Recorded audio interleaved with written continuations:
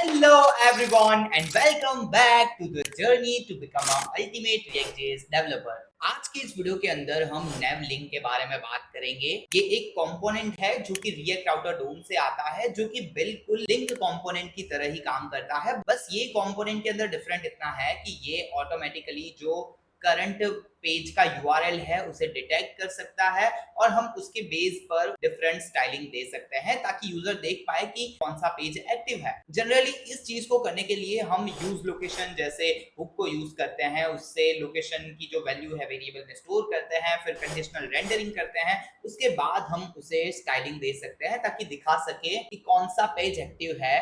But इस चीज को थोड़ा सा और आसान तरीके से किया जा सकता है यूजिंग द Navlink। तो आज के इस वीडियो के अंदर इसी को अच्छे से देखेंगे। So let's go to the screen and start the video. तो लास्ट वीडियो के अंदर जिसके अंदर हमने लेआउट्स को सीखा था, आउटलेट कंपोनेंट के बारे में जाना था, उसके अंदर हमने ये वेबसाइट को क्रिएट किया था जहां पे होम, अबाउट और कॉन्टेक्ट पेज है और हम तीनों के बीच में इजीली नेविगेट भी कर पा रहे हैं। लेकिन यहाँ पे हमने यूज किया था लिंक टैग का, लिंक कंपोनेंट का, जो कि रिएक्ट राउटर डोम का ही एक कंपोनेंट है। अगर हम यहाँ पे नेवबार के अंदर जाएंगे तो यहाँ पे हमने यूज किया है लिंक कंपोनेंट। अगर क्या होगा कि मैं कहूँ मैं चाहता हूँ जिस भी पेज के ऊपर यूजर है उस पेज की लिंक के नीचे अंडरलाइन आनी चाहिए या फिर वो थोड़ा सा अलग कलर के अंदर दिखना चाहिए ताकि जो यूजर एक्सपीरियंस है वो ओवरऑल अच्छा रहे, यूजर को पता चले कि वो किस पेज के ऊपर है।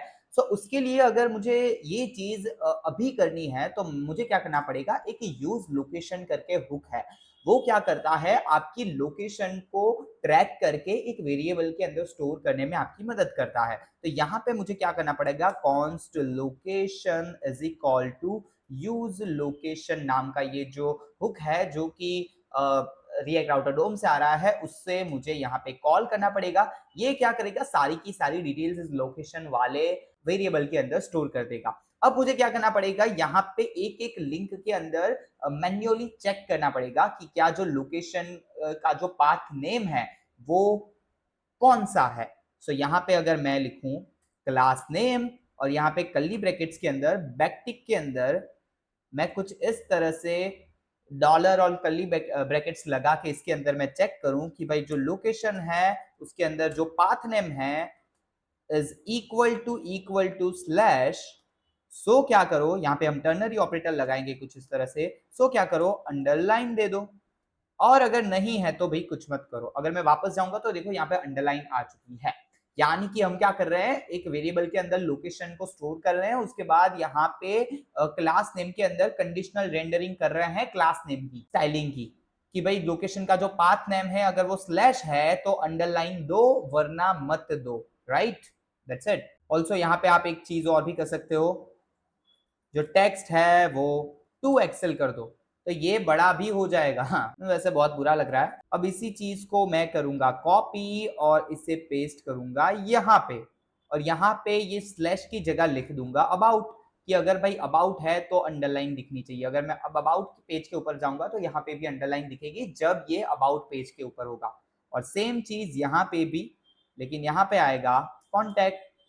तो अगर अब मैं कॉन्टैक्ट पेज के ऊपर जाऊंगा तो यहाँ पे भी अंडरलाइन दिखेगी, लेकिन इससे आपको पूरा एक नया वेरिएबल बनाना पड़ रहा है, एक हुक को यूज करना पड़ रहा है, और साथ ही में हर एक लाइन के अंदर हर अलग अलग बार आपको अलग अलग पाथ नेम्स के साथ कंपेयर करके फिल स्टाइलिंग देनी पड़ रही है। तो इस चीज को सॉल्व करने के लिए आप यूज कर सकते हो नेवलिंक कंपोनेंट का, जो कि काम करता है similar to link component, but उसके अंदर आप एक्टिव स्टेट, इनएक्टिव स्टेट को ऑटोमेटिकली ट्रैक कर सकते हो। आपको इस तरह से एक नया वेरिएबल बना के यूज लोकेशन को यूज नहीं करना। अगर यहाँ पे मैं कंट्रोल जेड करूं, सब कुछ हटा दूं, और ये सब कुछ हट चुका है, और इन तीनों को मैं अभी के लिए कमेंट कर देता हूं, और यहाँ पे ऊपर मैं कॉल करने वाला हूं नेवलिंक को। नेवलिंक जो कि रिएक्ट राउटर डोम का एक कंपोनेंट है, इसे क्लिक करके इसके अंदर लिखूंगा होम, एंड ऑब्वियसली मैंने जैसा कहा ये पूरा का पूरा लिंक कंपोनेंट का एक जुड़वा भाई है। बस इसके अंदर आपको कंडीशनल स्टाइलिंग दे सकते हो बेस्ड ऑन कि वो लिंक एक्टिव है कि नहीं, वो ऑटोमेटिकली ट्रैक कर देगा कौन सी लिंक एक्टिव है।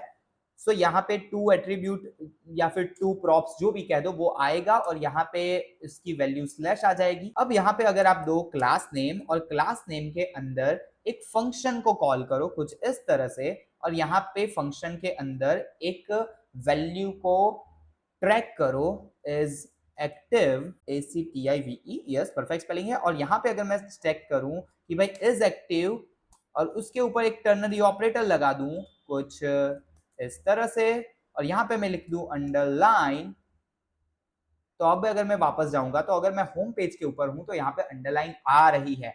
सेम टू सेम चीज, बस यहाँ पे मुझे हर बार जो टर्नरी ऑपरेटर का जो स्टेटमेंट है कंपैरिजन करने वाला स्टेटमेंट वो बदलना नहीं पड़ेगा, साथ ही में एक नए कंपोनेंट को सॉरी एक नए वेरिएबल को नहीं बनाना पड़ेगा, साथ ही में एक नए हुक को यूज नहीं करना पड़ेगा, सारी चीजें ऑटोमेटिकली हो जा रही हैं।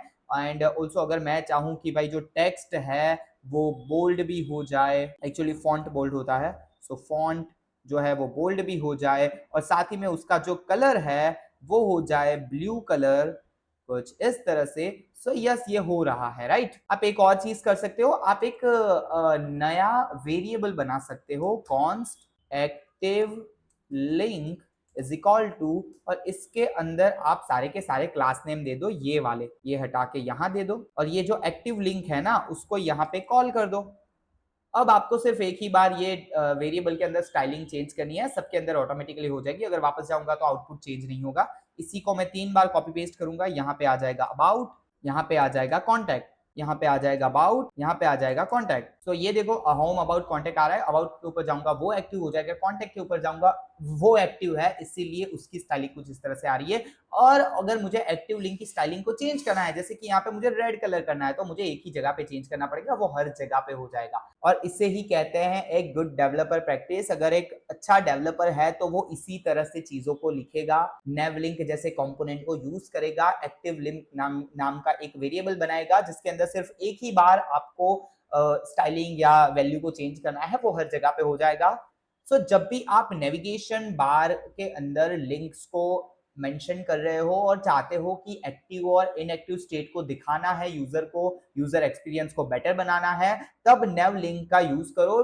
बट जब भी आपका जो एजेंडा है, जो गोल है, वो सिर्फ नेविगेशन करवाने का है एक पेज से दूसरे पेज तक, तब आप सिर्फ लिंक कंपोनेंट का तब आप यूज कर सकते हो। That's it. दोनों का काम सेम ही है, दोनों सिंगल पेज एप्लीकेशन का बिहेवियर मेंटेन रखते हैं वेबसाइट के अंदर। बस नेव लिंक के अंदर आप स्टाइलिंग को दे सकते हो by automatically tracking the current path of the website. That's it. So that's it, let's wrap the video. मिलते हैं अगली वीडियो के अंदर, तब तक के लिए टाटा बाय बाय।